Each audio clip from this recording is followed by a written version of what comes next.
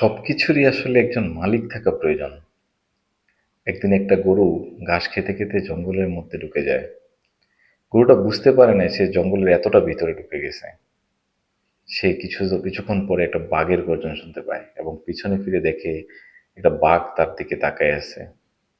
সে ভয় পেয়ে নিজের প্রাণ বাঁচানোর জন্য দৌড় দেয়। সেই বাঘটাও গরুটাকে খাওয়ার জন্য গরুর পিছনে ছোটে। গরুটা কোনো উপায়ন্ত না দেখে একটা পুকুরে ঝাঁপ দেয়।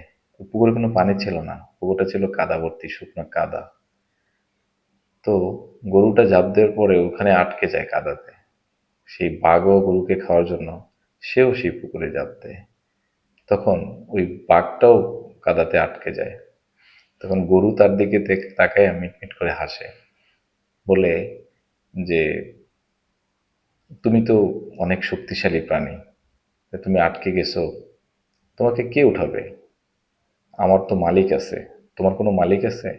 তো বাঘ বলে, না, আমি বনের সবচেয়ে শক্তিশালী প্রাণী, আমার কোনো মালিক টালিক নাই। গরু বলে যে আমার তো মালিক আছে। আমি যখন সন্ধ্যা হয়ে যাবে, আমি যখন বাড়ি ফিরবো না, তখন আমার মালিক তো আমাকে নিতে আসবে। আমার নাম আছে, আমার নাম মহেশ। আমি যখন বাড়ি ফিরবো না, তখন আমার মালিক আমার নাম ধরে ডাকবে। ঠিক দেখা গেল, সন্ধ্যা যখন হয়ে গেল, তখন সেই গরুর মালিক তাকে মহেশ মহেশ বলে ডাকতেছে, যেহেতু গরু বাড়ি ফিরে নেয়।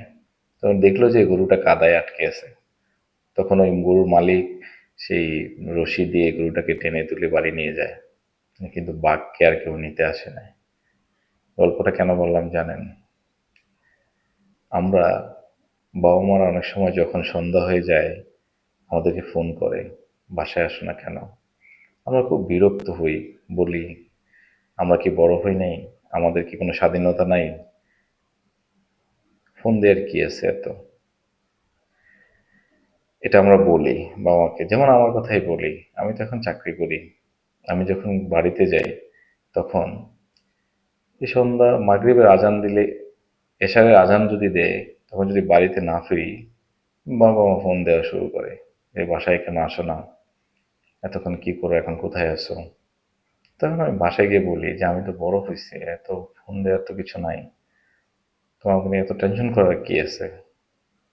তখন বলে, বাবা মা বলে যে না, যে কোনো বিপদ হইতে পারে, কোনো সমস্যা হইতে পারে, এই জন্যই তো আমরা ফোন দিই, আমরা তো তোমার জন্য টেনশনে থাকি।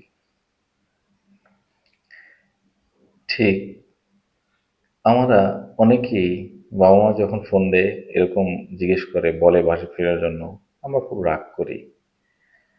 রাগ করবেন, এই যে মালিক, সে যতই বয়স্ক হোক, বৃদ্ধ হোক, গরিব হোক, এই মালিক যখন থাকবে না, আপনাকে ফোন করার যখন কেউ থাকবে না, আপনার খোঁজ নেওয়ার যখন কেউ থাকবে না, তখন আপনি ওই বাঘের মতো যতই শক্তিশালী হন না কেন, ওই কাদাতে, সামান্য কাদাতেই আটকে থাকবেন, আপনাকে নিতে কেউ আসবে না।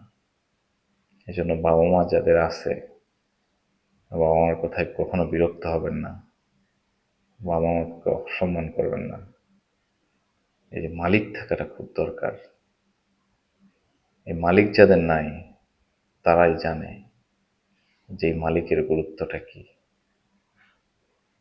এই মালিক যেদিন থাকবে না, সেদিন আপনি বুঝতে পারবেন যে আসলে বাবা মার টাকা পয়সা না, বাবা মার থাকাটাই জরুরি।